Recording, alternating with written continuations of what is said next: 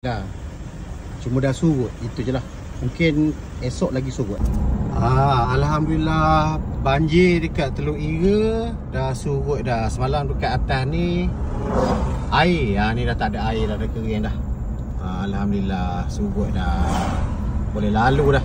Agak-agak tak naik lah untuk gelombang kedua ya. Air surut dah. Dia dah tinggi sikit dah. Nampak kat lereng One City ni pun dah surut dah air.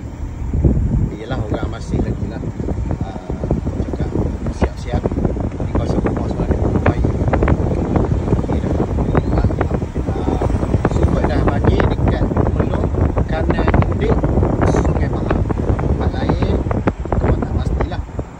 Tapi kat kanan Mudik, Sungai Pahang ni alhamdulillah dah okey dah. Alhamdulillah.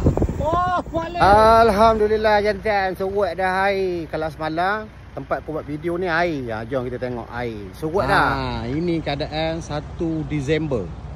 Tempat semalam sini air kan.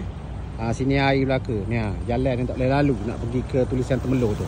Dah boleh lalu dah. Mau kita tengok Tulisan Temerloh. Surut dah. Dia apa orang cakap, air tu dia lalu je semalam. Banjir sikit je lah. Tapi masih lagi lah. Air masih lagi ada lah. Surut dalam lebih kurang dalam 3 meter kot. Ni dekat Tulisan Temerloh. Jom kita tengok. Ni dekat signboard Temerloh ni air dah tak ada dah. Air dah tak ada dah, nampak. Seberang sana Temerloh lah, Esplanade tu ramai orang tengok air lagi. Air dah surut alhamdulillah. Ada sikit-sikit lah air. Dia tak surut sepenuhnya lagi lah. Air tak surut sepenuhnya lagi. Tapi kita harap tak ada lah gelombang apa, gelombang kedua. Keadaan dekat kampung Padang Tenggala, Bangau Parit.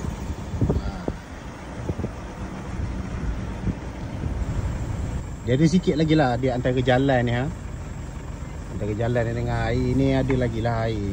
Masih dekat lagi lah. Cuma dah surut, itu je lah. Mungkin esok lagi surut lah, harap-harap kan. Jambatan Temerloh. Jambatan Temerloh. Ni semalam tempat ni air.